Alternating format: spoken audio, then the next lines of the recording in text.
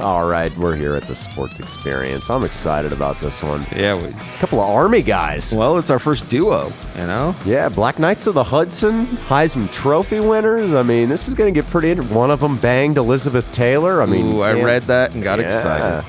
All right, everybody. I'm Dom DiTolla here at the Sports Experience podcast, sitting alongside my co-host Chris Quinn, and we got some college football action for you today. Yeah, a couple of college Hall of Famers, a couple of... I mean, they would say this is the best rushing combo for 100 years or whatever. So basically, you have Reggie Bush and Lendale White from the 2000 aughts, and then it's these two guys. Tearing it up over at West Point at Army during the early 1940s. World War II's raging. These guys are national heroes. And today we're talking about Doc Blanchard and Glenn Davis. Mr. Inside, Doc Blanchard, and Mr. Outside, Glenn Davis. Which I love the two names for them because it's so cheesy, but I feel like it fits in the era so much because, and we were talking about this, right away, it was just sexual innuendo for me. I was just like, you couldn't have that even up until like the 60s. And they'd be like, oh, yeah, you're Mr. Inside and he's Mr. Outside? This just seems like a Eiffel Towering duo of two ladies like Dirk Diggler and John C. Reilly's character in Boogie Nights, only it's not sexual. It's just football. Yes. Wonderful, wonderful place, Paris. One cream pies, the other comes on the back. That's what it is. All right. That's Mr. Inside and that's Mr. Outside. There you go. And that's our podcast. Just kidding. No. Going in, the reason we bring this up is these guys are always intertwined because they played on probably three of the best Army teams that ever existed. They didn't lose a game from 1944 to 1946. They were 27-0-1, won two outright national championships, shared another one, and we'll get into that. But two Heisman Trophy winners. And let's talk about Doc Blanchard here as we start off. All right. So he got his name. His father was a doctor. Yeah, Doc Blanchard, Felix Anthony Blanchard, born December 11th, 1924, in McCoyle, South Carolina. As you said, his dad was a doctor. He was also a college football player. Yeah, for, who was that, Tulane? Tulane and Wake Forest, yeah. So kind of settled in the Carolinas there. When he was 5, they moved to Dexter, Iowa, but they ended up settling in Bishopville, South Carolina in 1931, nicknamed Little Doc, obviously because of his dad. Went to high school, ended up in Mississippi at St. Stanislaus College in Bay St. Louis, there in the Gulf Coast region. He led his school, the Rocketshaws, to an undefeated season as a senior in 1941. That's got to be pretty cool. Oh, yeah, for sure. I got to say, this is when World War II was starting to boil. This is when tensions are starting to... This is when those Japanese are starting to do things, and Hot Wheels in the White House is like, whoa, guys. Whoa. Let's take it down a scotch. Cool those jets. But he didn't think he could pass the entrance exam into Army, which was like, and we're talking about a time period when the service academies were actually strong college football programs. Well, I found this to be kind of interesting because he said that he was never academically strong and he loved football and was one of the top football recruits. So Army was interested, but he himself just didn't believe he could achieve it academically. Yeah, because in those days, I mean, you don't have professional football what it is today as far as a money-making venture. Former President Gerald Ford was a star at Michigan. He turned down the NFL because he knew he could make more money as a lawyer. Yeah. If he went to law school instead. So a lot of people would go, hey, if I get into a service academy and I'm an officer, I'm set for life. And we were talking about this, the absolute draw of West Point in the 40s had to have been insane because everybody's going to war. And then they're saying, hey, do you want to be an officer in this war? Like, we're literally... Damn Skippy. Yeah, exactly. This is officer school. And they're just like, that's pretty strong recruiting in that era. Like, I can't even think of another place that can do that. So, yeah, so he goes to North Carolina originally, the Tar Heels, because he doesn't think he's even going to make it in Army later on. So it's not like and his like, mom's cousin was the coach, Jim Tatum. So, I mean, he's just like, all right, well, I'm just going to go to college and get a degree and this sort of thing. But he ends up enlisting in the Army in 1943. They send him to New Mexico as part of the Chemical Warfare Unit, which I found really interesting. And he eventually made his way to West Point in July of 1944 when his dad secured that appointment. And dear God, because he had spent his 1943 season on North Carolina's freshman team, because obviously until the middle of the 70s you couldn't play as a true freshman. He arrives at Army and arrives to a stacked roster under head coach Red Blake. Yep. And he establishes himself year one as the team's dominant fullback.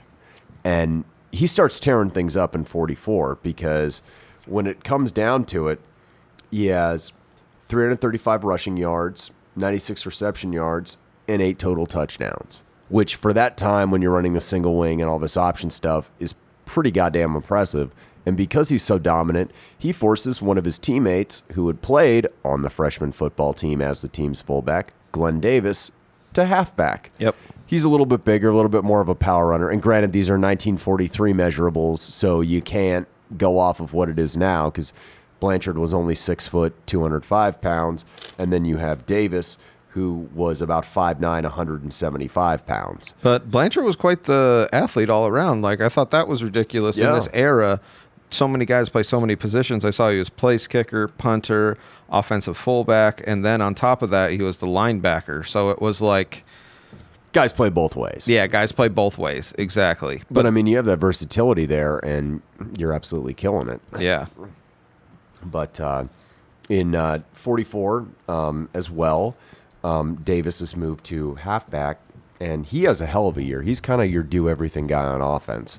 You know, a little bit speedier, a little bit better, and that's where the nicknames come in. Mr. Inside with Blanchard, Mr. Outside with Davis. He racks up 667 rush yards, 221 receiving with 18 touchdowns. 18. Yeah. Total. And then has a passing touchdown and 197 yards passing, which for the era is pretty impressive. Yeah, definitely. It's pretty ridiculous. I was thinking about this 3-year run for Army because obviously this is when we take World War II. But they're taking these college championships on top of it. And it must have been just so awesome because I think is this because I'm pretty sure Davis gets second in the Heisman in this year? As a sophomore, yeah. As a sophomore, which is pretty ridiculous. As a sophomore, and then in 45, he's actually second again. Yeah. But 45 is a big year, and I should bring this up. This is how the mystique surrounding this program was so impressive is 44, they go 9-0 and win a national championship. Yeah. 45, they go 9-0 and win a national championship.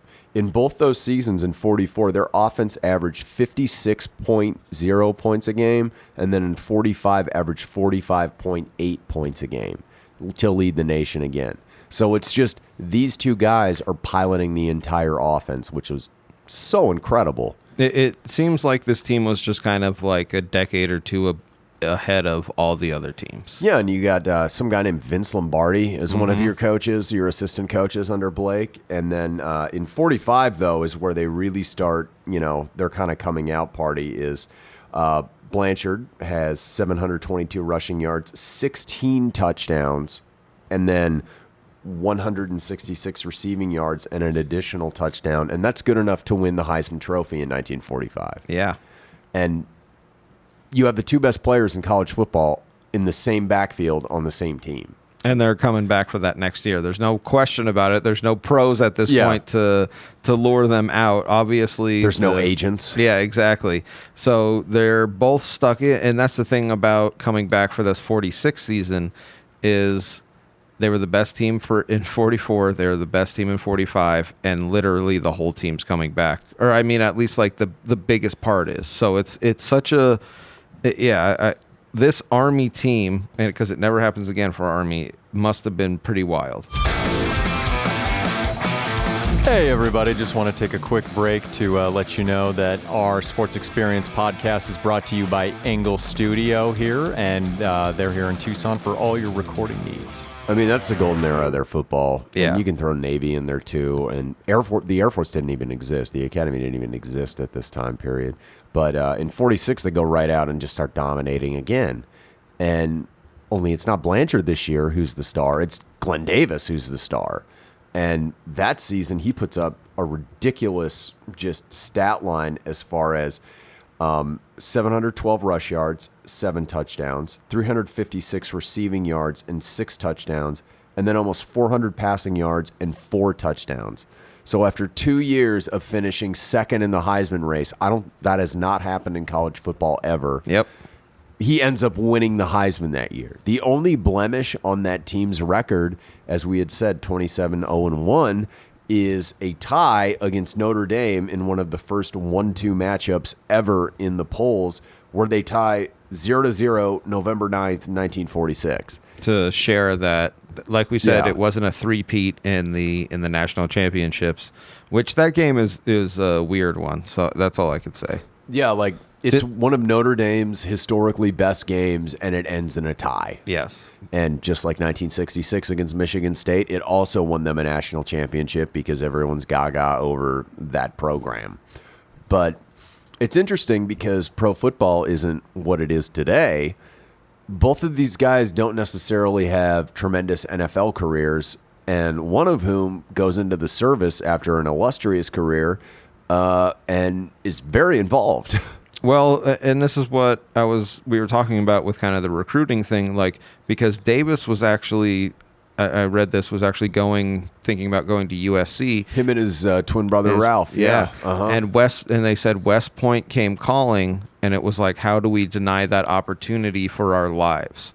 So, like, I feel like that, because it was college plus, if that makes sense, especially in this era. And that's why these guys have these non-NFL careers. Like you were saying, even up into like the 70s, like guys weren't taking the NFL money. So what I always find weird is that both of these guys, like I had said about Blanchard, born December 11th, 1924, you have Davis, born December 26th, 1924, and they have such similar college career arcs where both of them are 3-time national champions, both of them are 3-time All-Americans.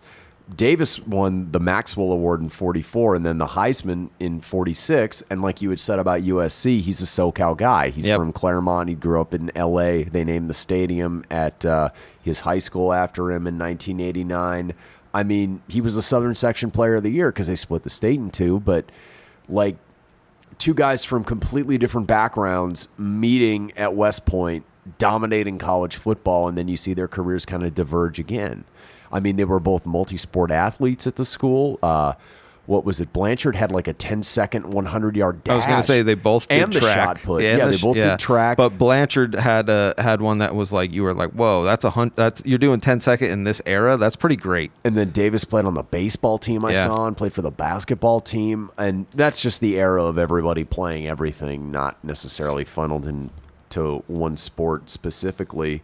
One of the cool stats I found for Davis, yeah, here we go. He averaged 8.3 yards a carry over his career, and then 11 and a half in 1945, where he didn't even win the Heisman. Yeah, which is, oh my God. And I was thinking about that. I don't think those are ever going to be broken. To think almost 9 yards for your career and then 11.5 for a season is absolutely insane. It must have been so many fakes going to Doc that it must have just been like a wide open, like I can't even imagine how it's going to one of the two on every single exactly play, and especially in those kind of single wing option offenses.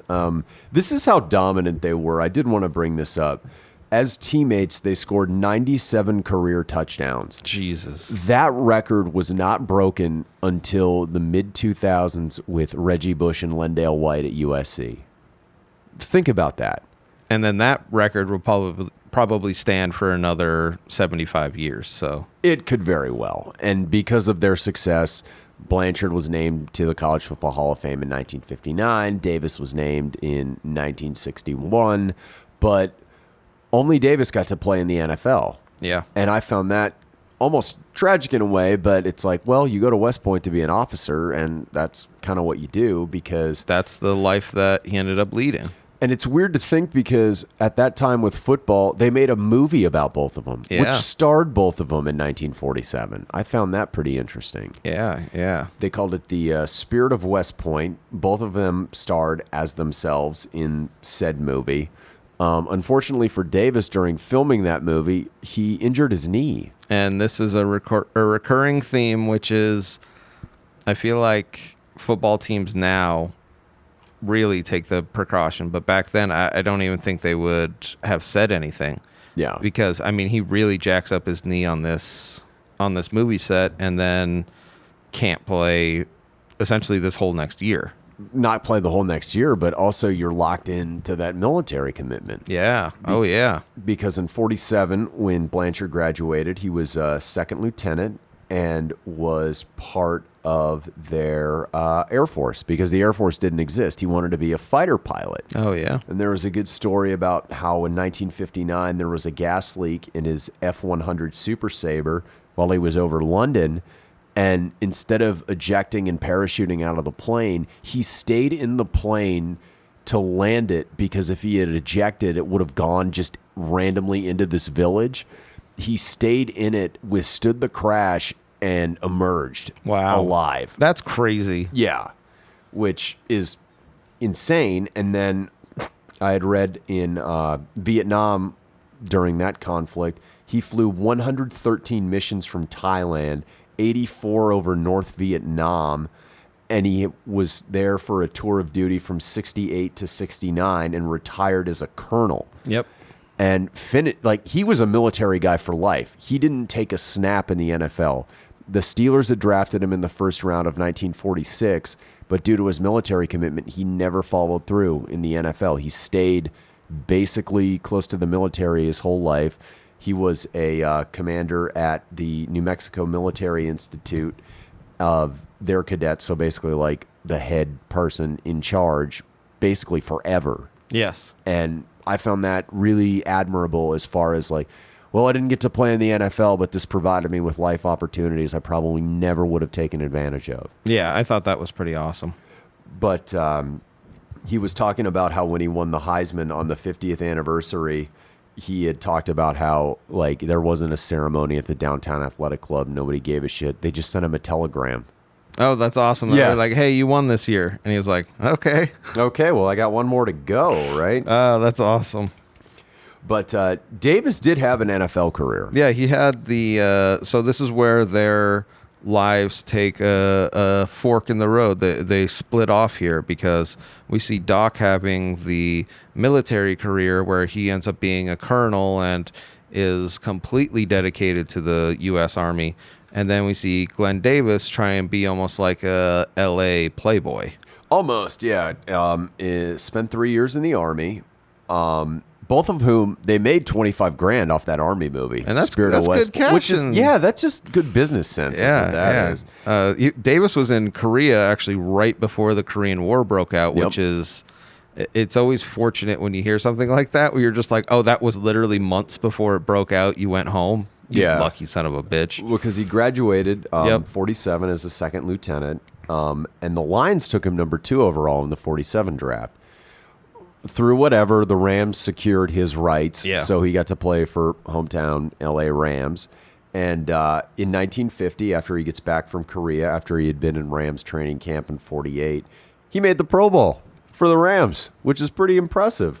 But he hurt his knee again in 51. I was going to say he had one good season, and then and this is what we brought up earlier, in 51, he hurts the knee in the exact same thing, and he just can't come back. No, it's impossible, because then he's out for the 52 season, and then he's released in 53. So while he totaled almost about 1,300 total yards in the NFL with 9 touchdowns, it was just cut short. Yep. So, but unlike Blanchard, as far as, service for his country, he goes into the private sector and does pretty well for himself, just as well. With the ladies, I should add. And he's an oil man. Oh, he's an oil man. He's like, my name is Daniel Plainview. I'm an oil man. And I love milkshakes. Where is Elizabeth Taylor? Exactly. He dated Elizabeth Taylor. I just hope when he finished, he yelled, I'm finished! And then he was married, I believe, 3 times? Yeah, married to an actress, again, for 42 years. Had a son named Ralph for his twin brother until her death in 95. And then in 96, he married the widow of future Heisman winner Alvin Amici. And, was also part of the marketing department of the LA Times. I found that pretty interesting as well. Yeah, he definitely had this other life. That's what I agree. I found so interesting about these two essentially fullbacks, and then one of them gets moved. But like they had almost different lives that came together for 3-4 years and then split back off again. Yet they were both successful, which I found really Completely. fascinating. Yeah, and to their credit, I mean, they took all of their fame and success from their days at West Point and carved out their own individual lives separate from each other, but also, almost linked, because you have that Mr. Inside, Mr. Outside type of dynamic between the two of them. And the LA Times still gives out the best regional high school player. It's the Glenn Davis Award. Yeah. And then the U.S. Army All-American Bowl, both of them. The player of the game for the East is the Doc Blanchard Award, and the player from the West is the Glenn Davis Award, which, hell, that's pretty cool. That makes sense. Yeah, that's pretty awesome. So both of them college football Hall of Famers. Blanchard died October 10th, 2009, which was almost sad in a way because they had decided that same month while he was still living that Army was retiring his number 35 jersey. Yep. And can't be worn at the U.S. Military Academy anymore because Mr. Heisman right there, Mr. Inside. And then Davis, he had died a little bit earlier than that. He had moved back, obviously, to L.A., the L.A. area in La Quinta, California, March 9th, 2005. And he's buried at West Point. Yep. Yeah. Blanchard is buried out there in Texas, but Davis is went back and got buried at West Point. honors, so. which, I mean, what more could you want out of a life, especially for somebody who grew up during that era where the opportunities may or may not have been limited, both of them finding success, and double the Heismans, double the fun for both of them. Hey everybody, this is just a stock message at the end of every episode. We hope you enjoyed whatever athlete and or team that episode was about. Just want to say, give us a quick follow on all social media. We have a YouTube channel, the Sports Experience Podcast, and we're on Instagram, DiTolla Dominic, and myself, C. Quinn Comedy. So give us a follow all around. We're always recording right here at Engle Studio. Thank you all very much.